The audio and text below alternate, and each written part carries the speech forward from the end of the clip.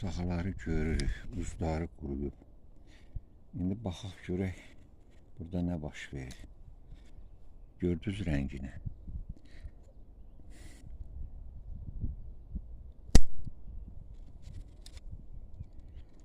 Təmizə çıxdıq, bax tərtəmiz. Tərtəmiz. İndi bunun da burası yenə göstərim onu.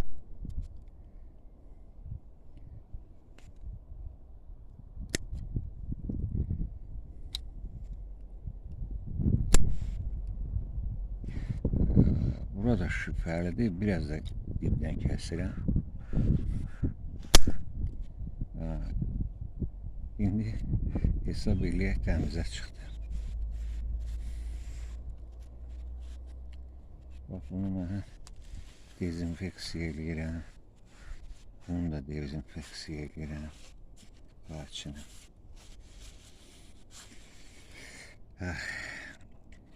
İndi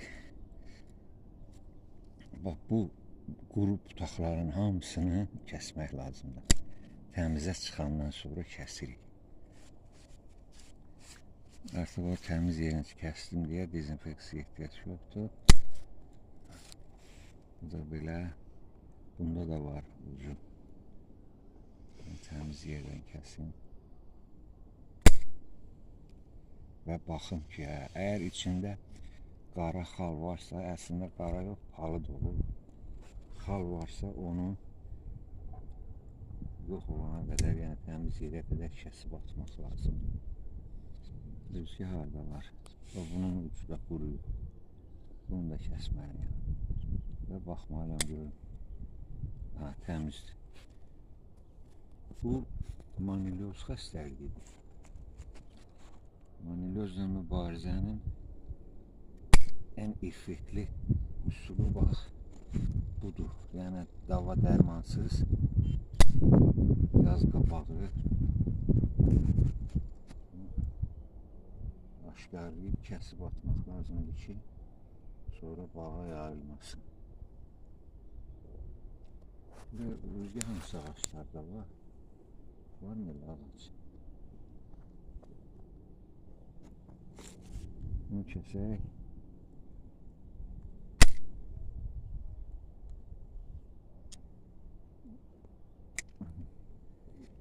Yenə dezinfeksiya eləyək. Bir də yaymayaq da, bıraçı da yayıla bilir.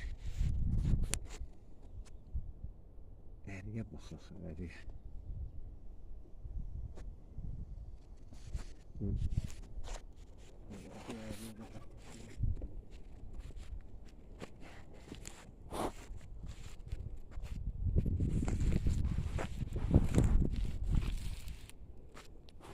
Yox, ərik təmizdir. Burada var imiş. Bunu kəsdik. Bunu da kəsirəm ərik etmələ.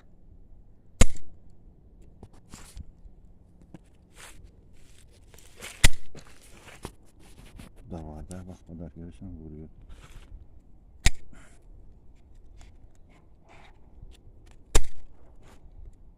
Bu da var. Dibindən kesəcəm bunu. Bu da yaxşı deyil. Bunu dibindən kəsmirəm. Yaxşı.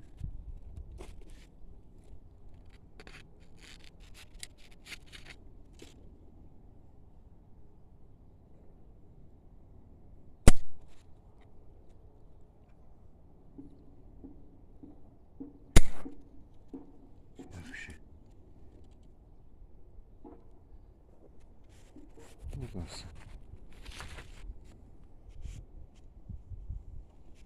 Oldu. Oldu. Bugün manilyoz haqqında nisbətən geniş məlumat vermək istəyirəm. Yəni, nədən bilək ki, ağac manilyoz xəstəliyinə tutulub. Bu xəstəlik çox zalım xəstəlikdir, ağacı qurudur. Amma ağacı qurudana qədər müxtəlif mərhələli əlamətlər meydana gəlir. Ondan bilirik ki, ağac manilyoz xəstəliyinə tutulub. Payızda baxırıq, budaq ucları quruyub. Bu qurumuş yerdən kəsirik, görür ki, budağın özəyi ki var, özəkdə palıd rəng yaranıb, palıd rəngli. Qaralma deyək də şərt olaraq qaralıbdır özəyi və onu kəsib atmalıyıq ta təmiz yerə çıxana qədər. Bu ilkin yaz açılan kimi ilkin müşahidə edə biləcəyimiz əlamətdir. Sonra yarpaq saralması baş verir. Yarpaqlar solğun olur. Bəzi budaqlarda görürsünüz ki, 3-5 budaqda yarpaqlar solğundur. O çox adam hesab eləyir ki, ağaca su lazımdır, su verir, onun xeyri yoxdur. Bəlkə də ziyanı var. Daha sürətlə inkişaf eləyir. Olur belə bir mərhələ gəlir ki, ağac meyvə gətirib, meyvə üstündə ağac başlayır qurumağa. Belə bir hal da var. Və quruyur nəhayətdə. Bəzən başqa xəstəliklərlə paralel gəlir xloroz. Tutaq ki, qarışqa yığılır, qabıq şirələnir, belə şeylər olur.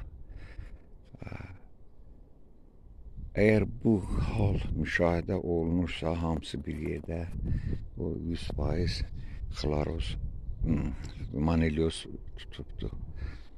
Arabi çaşıb xloroz deyirəm deyəsən. Manilyoz xəstəliyidir. Amma bu xəstəliyə qarşı ağac özü də mübarizə aparır. Ümumiyyətlə, bütün xəstəliklərə qarşı ağac mübarizə aparır. Deməli, tumurcuqların bitdiyi yer, dibi şişir, böyüyür, amma artıq oradan budaq inkişaf eləyə bilmir. Ağac ancaq ki, bütün gücünü sərf eləyib, o manilyozu boğmağa çalışır. Ona görə budaq uclarında, tumurcuq diblərində boçqa kimi şey əmələ gəlir, belə yoğunlaşır. Bu da manilyozun əlamətidir. Ağac quruması tək manilyozla olmur. Qabıq qurdu da quruda bilir, onu da qeyd edeyim. Amma bu zaman qabıqda deşiklər olur, görmək olur ki, qabıq deşik olub və bu deşiklərdən ağac şirə verir. O şirə vermə nədir? O da ağacın özünü müdafiə sistemidir. Deşikləri bağlayır ki, o qabıq qurdundan yaxa qutarsın. Onu ancaq zəhərlə müalicə eləmək olur, zəhərçiləməklə. Amma xlorozun, manilyozun işi bir qədər rahatdır. Yarpaqsız vaxtı tumurcuq açılmamış, bir dəfə 3%-lik bardo məhlulu ilə çiləmək lazımdır. Bir də tumurcuq şişən vaxtı da bir dəfə yarpaq verən vaxtı, təzə yarpaqlar çıxan vaxtı 1%-lik bardo məhlulu ilə yemək. Bax, bu manilyozun əlacıdır, yəni sağaltmaq üçün. Belə bir tədbir mən artıq bağımda görmüşəm. İndi görək nə ilə nəticələnir.